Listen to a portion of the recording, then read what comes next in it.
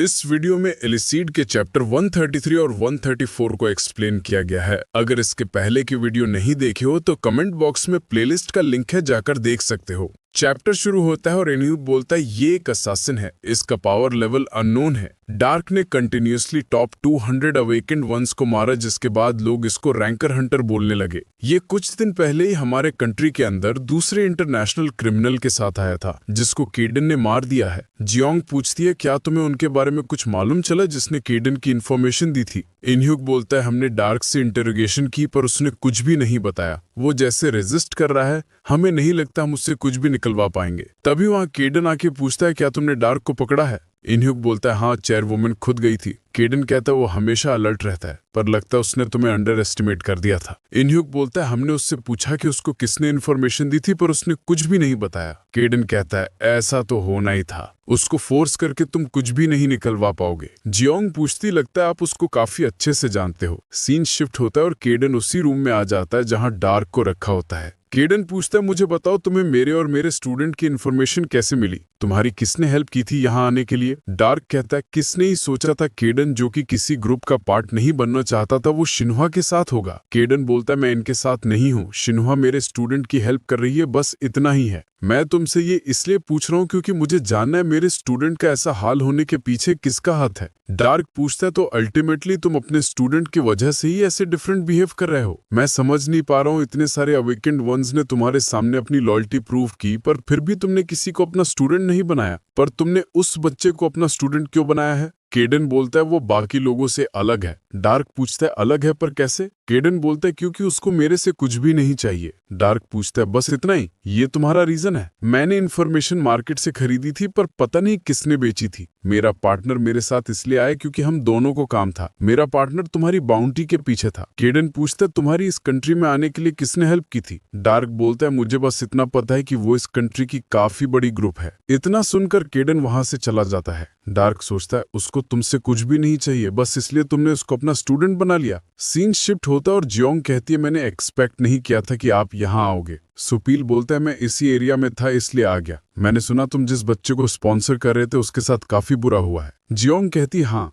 आपका शुक्रिया अपने हीलर को भेजने के लिए। सुपील बोलता है शुक्रिया मत बोलो, हमें एक दूसरे की हेल्प करनी चाहिए। वो काफी टैलेंटेड बच्चा था, नहीं पता ऐसी चीजें हमारी कंट्री में ही क्यों हो रही है। वैसे याद आया तुमने उन्हीं में से एक को पकड़ा है ना जिन्होंने ये सब किया था, क्या तुम उनसे कुछ इन्फॉर्मेशन निकलवा पाए। इन्ह्यूक बोलता है नहीं, वो हमारे किसी भी सवाल का जवाब देने से रिजेक्ट कर दे रहा है। सुपील कहता है ये तो काफी बुरा हुआ, क्यों ना तुम उसे हमारे पास भेज दो, हम उसे इन्वेस्टिगेट करते हैं। जियोंग कहती है हमें अभी थोड़ी और इन्वेस्टिगेशन करनी है। सुपील बोलता है ठीक है, जब हेल्प चाहिए होगी तो बता देना, अब मैं चलता हूँ। सुपील बाहर आके सोचता है अब जाके थोड़ी शांति मिली। जब पता चला कि उनमें से एक पकड़ा गया है तो मैं टेंशन में आ गया था। तभी उसके सामने से केडन आ रहा होता है। ये देखकर सुपील उसको हेलो बोलता है पर केडन इग्नोर करके चला जाता है। सुपील सोचता है ये हमेशा अकड़ में ही रहता है। दूसरे हंटर्स हमारे इन्फॉर्मेशन पे आप शक कर रहे हैं क्योंकि जो अभी आए थे उनके साथ काफी बुरा हाल हुआ, जिसकी वजह से अभी सब कुछ नहीं कर रहे। एजेंट कहता है सर आपके लिए हेडक्वार्टर से कॉल आया है।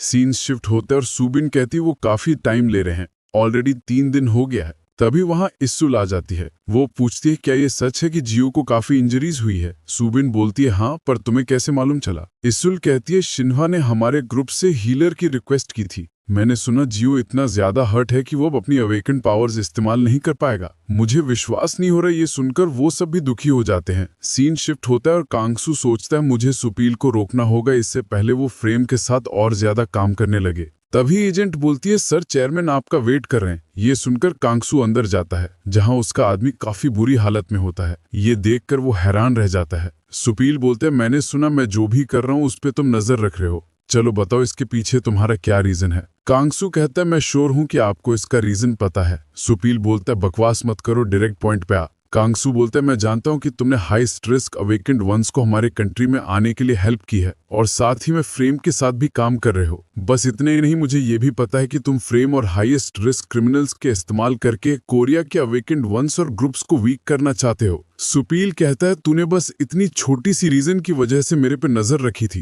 कांगसू बोलता है ये कुछ छोटा रीजन नहीं है, हम अवेकेंड ग्रुप्स जब किसी बाहर के ग्रुप के साथ कोऑपरेशन कर रहे हो तो हमें इसका नोटिस बाकी ग्रुप्स को देना पड़ता है। प्लस कुछ भी हो जाए हमें किसी क्रिमिनल ऑर्गेनाइजेशन के साथ काम नहीं करना है। सुपील तुमने रूल तोड़ दिया है। जब दूसरे ग्रुप्स को इसके बारे में पता चलेगा तो वो हमें नहीं छोड़ेंगे। बाइकदू काफी कुछ खो देगा, प्लस हम पर नजर रखी जाएगी। सुपील कहता है बाइकदू से इम्पोर्टेंट कुछ भी नहीं है, यहाँ तक कि रूल्स भी नहीं है। मेरे पे भरोसा रख, बाकी ग्रुप्स भी अपने फायदे के लिए रूल्स तोड़ देंगे। अगर ये प्लान काम कर गया तो बाइकदू कोरिया का स्ट्रॉन्गेस्ट ग्रुप बन जाएगा, फिर हमें किसी की भी चिंता करने की जरूरत नहीं पड़ेगी। कांगसू बोलता है ये कोरिया में स्ट्रॉन्गेस्ट बोलने के लिए आसान है, पर करना बहुत मुश्किल है। सुपील बोलता है इसलिए तो मैं ये कर रहा हूँ, मुझे बाइकदू के भलाई के लिए कुछ तो करना ही है। शिन्हुआ और यूनियन काफी जल्दी ग्रो कर रहे हैं, उन्होंने हमें पीछे छोड़ दिया है। मैंने अपनी होप नेक्स्ट जनरेशन पे लगाई थी, पर सूचन भी किसी से हार गया था। क्या तुम्हें सच में लगता है कि बाइकदू का कोई फ्यूचर है? पर इस प्लान से हम कोरिया में स्ट्रॉन्गेस्ट बन जाएगा, वो भी काफी कम टाइम में। ऊपर से सूचन का एक राइवल भी कम हो गया है। कांगसू पूछता है क्या बेस्ट बनने के लिए हमें इस रास्ते पे जाना जरूरी है?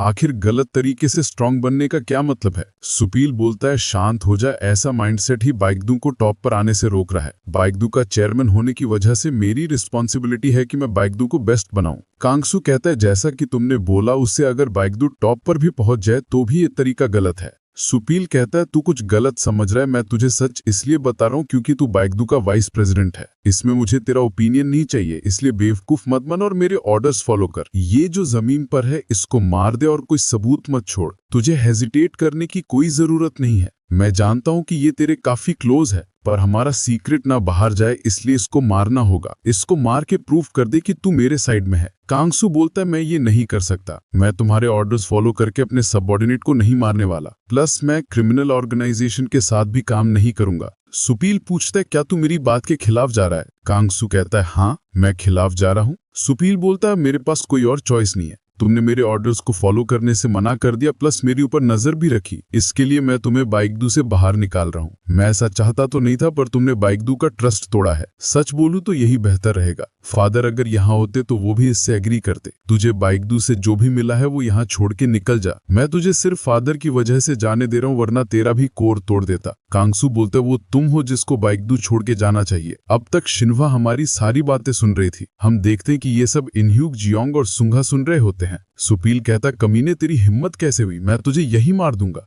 तभी वो दोनों ऊपर देखते हैं जहां बिल्डिंग में क्रैक्स आने लग जाते हैं। हम देखते हैं कि ये केडन होता है जिसने बाहर स्पेशल आइसोलेशन बना ली होती है। वो बोलता है ओए सुपील सुअर की औलाद, चल बाहर निकल। इसी के साथ ये चैप्टर यहीं पर खत्म होता है। नेक्स्ट चैप्टर अगले वीडियो में, तब तक के लिए बाय बाय।